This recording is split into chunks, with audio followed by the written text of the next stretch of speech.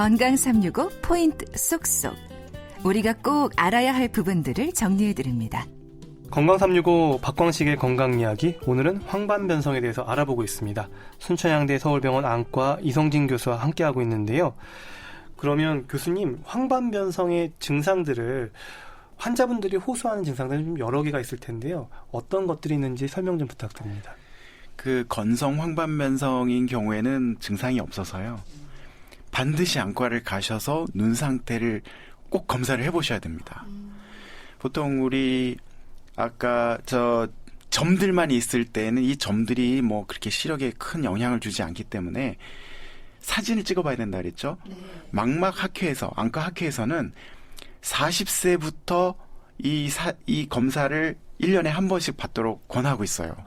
왜냐하면 증상이 없는데 눈 속에 그 노폐물은 점점 진행이 되잖아요. 네.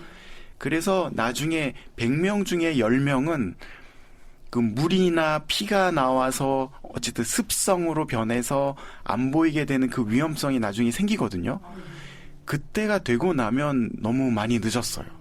네, 그래서 40세부터 1년에 한 번은 눈 검진을 받도록 돼 있고요. 눈에 만약 이렇게 증상이 만약 생겼다. 어떤 증상들이요? 사물이 휘어져 보이거나 가운데 까만 점이 가려 보이는 증상. 암점이라고 하는데요. 이 휘어져 보이는 거를 변시증이라고 하고요. 변시증과 암점이 생기면 무조건 안과에 가셔야 됩니다. 그러면 그런 증상들로 인해서 일상생활에 어떤 불편함이나 사고 위험이 높아지나요? 그 증상이 생기면요. 아무래도 한쪽 눈이 만약 생겼다, 거리감이 떨어집니다. 그러니까 운전하기가 일단 어렵고요. 또 사물을 명확하게 구분하기가 어렵죠. 네, 그래서 특히 운전하시는 분들은 굉장히 조심하셔야 되고요. 네. 황반변성은 가장 큰 위험 요인이 노화라고 얘기하셨어요.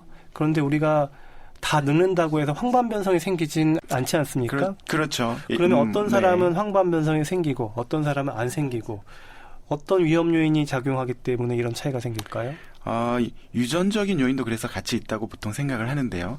예를 들어서 처칠 수상이 담배를 그 골초처럼 많이 피셨는데 폐암에 안 걸리고 오래 장수하셨거든요. 그래서 아마 이런 분들도 있고, 아마 그건 유전 요인이 있다고 보는 거죠. 그러니까 어떤 분들은 노화가 진짜 심한데도 눈이 건강하고, 어떤 분들은 노화가 별로 안 됐는데도 황반변성이 오고, 어떤 유전적 요인도 조금 있다고는 보고요. 그래서 유전하고 노화가 이제 대표적인 요인이라고 생각을 해요. 근데 이 두 가지는 사실 엄밀히 말하면 우리 마음대로 고칠 수 없는 부분이에요. 네. 노화도 그렇고 유전도 그렇고. 네. 그래서 이건 어쩔 수 없는 부분이 상당히 많은데요. 어쩔 수 있는 부분들도 있습니다. 그러니까 우리가 조금 노력을 하면 이 병을 조금 지연시키거나 막거나 할 수 있는 부분이 있어요. 환경적 요인이 있는데요. 결국에는 이 노폐물이 생기지 않도록 하는 게 관건이잖아요. 네. 그렇죠? 현재까지 알려진 눈의 노화로 현재까지 알려진 그 노폐물을 생기게 하는 요인 중에, 그러니까 말하자면 그 옵신이라는 단백질을 완전히 분해하지 못하도록 하는 여러 가지 요인들 중에 첫 번째가 자외선이에요. 자외선. 네. 자외선을 많이 받으면 자외선이 피부암만 일으키는 게 아니고 눈 속에 들어와서 그 청소 기능을 시력에 관여하는 그 단백질을 분해하는 그 기능을 망가뜨리는 거죠. 그러면 노폐물이 쌓일 수 있겠죠. 두 번째는 담배입니다. 네, 담배. 근데 담배만 그런 게 아니고요. 술도 그렇다는 연구가 굉장히 많아요. 네, 담배가 그런데 굉장히 위험합니다.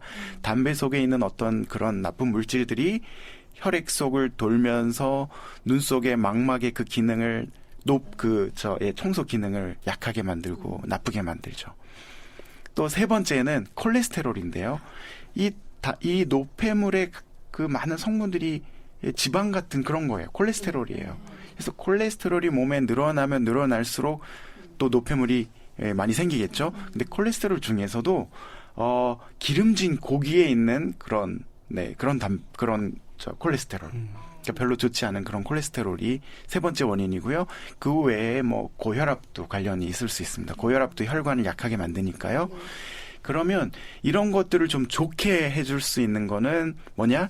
아까 말씀드렸는데 루테인. 네, 루테인이 많이 포함된 그런 채소나 녹황색 채소, 비타민도 그런 역할을 하거든요. 과일에 많죠. 그래서 녹황색 채소, 과일, 그다음에 견과류에 있는 그런 좋은 콜레스테롤, 견과류에 있는 거 뭐 생선에 있는 것도 오메가3에 있는 생선 이런 거는 좋은 콜레스테롤로 알려졌는데요. 그래서 이런 음식에서 어떤 답을 찾을 수 있을 것 같습니다. 그러니까 환경 요인들은 좀 우리가 신경 쓰면 좀 예방할 수 있다. 이렇게 정리하면 될 것 같고요. 그러면 황반변성하고 좀 스마트폰 요즘 하도 전자기기 많이 보니까 이런 것하고의 뭐 연관된 연구들은 있습니까? 예, 눈이 건강하거나 몸이 건강하면 빛을 많이 받아들여서 아까 단백질 얘기를 했는데 단백질들이 많이 사용이 되고 이게 완전히 잘 분해가 될 수 있죠. 노폐물이 생기지 않습니다. 눈이 건강하면 드루젠이라는 게 생기지 않겠죠. 그런데 노화가 되거나 그래서 이 청소하는 기능이 떨어져서 노폐물이 생기게 되면 황반변성이라는 병이 생기겠죠. 그래서 젊은 사람들한테는 이게 문제가 별로 안 돼요. 스마트폰을 많이 사용하고 하는 게 문제가 안 되는데 어르신들은 스마트폰을 많이 사용하면 사용할수록 이 단백질도 많이 소비하게 되고 이 단백질이 분해가 되는데 문제가 되고 아무래도 영향을 줄 것 같습니다. 그래서 특히 이 눈이 회복하는 기능은 밤에 이루어져요. 밤에 눈을 사용하지 않고 충분한 수면을 취하고 그 기간 동안에 그 다음날 일할 충분한 단백질도 생기고 눈의 상태가 회복이 되거든요.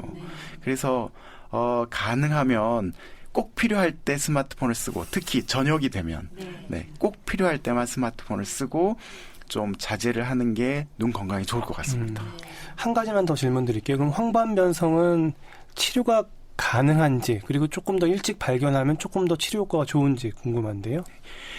노폐물만 쌓이게 되는 단계, 아까 건성이라고 표현을 했는데요.